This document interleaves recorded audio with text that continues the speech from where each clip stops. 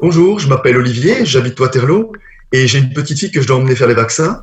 Et avec le contexte actuel du coronavirus, je me demandais si je pouvais postposer le calendrier vaccinal.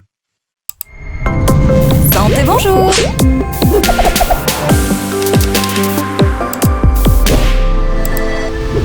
Bonjour Olivier. Alors tout d'abord, on va rappeler ce qu'est un vaccin. Donc un vaccin, c'est quoi? C'est le fait d'aller injecter dans l'organisme, dans le corps humain, quelque chose qui va ressembler à un microbe, que ce soit un virus ou une bactérie, pour faire croire en fait à notre organisme qu'il est réellement infecté. Et donc notre organisme va produire ce qu'on appelle des anticorps, ce qui permettra, lorsque l'organisme va rencontrer pour de vrai la bactérie ou le virus, d'être préparé et de savoir le combattre.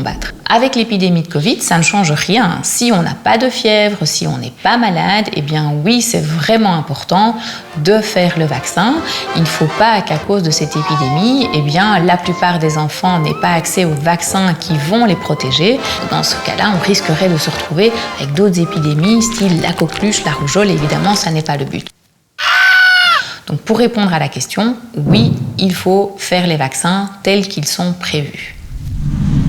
C'est vrai que depuis cette histoire de pandémie, on a peur d'aller à l'hôpital ou d'aller chez le médecin, surtout avec les enfants.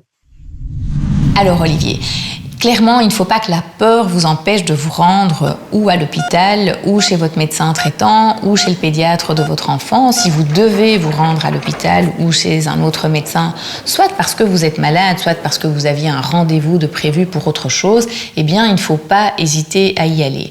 Pourquoi? Parce que tout est fait, que ce soit dans les hôpitaux ou dans les cabinets privés, chez les pédiatres, les médecins traitants, etc., pour éviter qu'une personne qui n'ait pas le Covid reparte avec le Covid.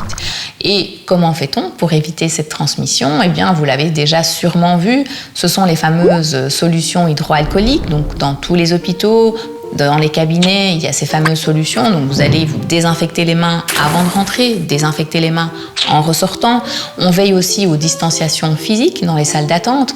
Et il y a aussi, surtout, le port du masque. Donc vous allez aller chez votre médecin traitant ou à l'hôpital avec un masque. Le médecin, les soignants porteront un masque. Donc vraiment, tout est fait pour que tout le monde soit en sécurité. Et pourquoi j'insiste là-dessus? Parce qu'on s'est rendu compte durant l'épidémie de Covid qu'il y avait des personnes qui étaient vraiment malades, avec des symptômes importants et qui n'ont pas osé venir à l'hôpital au moment où elles devaient venir, et donc qui sont arrivées plus tard, et malheureusement avec parfois des diagnostics qui étaient plus graves. Et donc ça, évidemment, on veut éviter que des personnes ne se retrouvent avec des maladies beaucoup plus graves, que ce soit des cancers, des infarctus, bref, différentes maladies, simplement parce qu'elles ont eu peur de se rendre à l'hôpital. Donc l'hôpital, les médecins, etc. sont là pour vous soigner et pas pour vous rendre malade. Et donc vraiment, tout est fait pour sécuriser ces lieux où vous pourrez donc vous rendre en toute sécurité. Prenez bien soin de vous, de votre santé et de vos proches.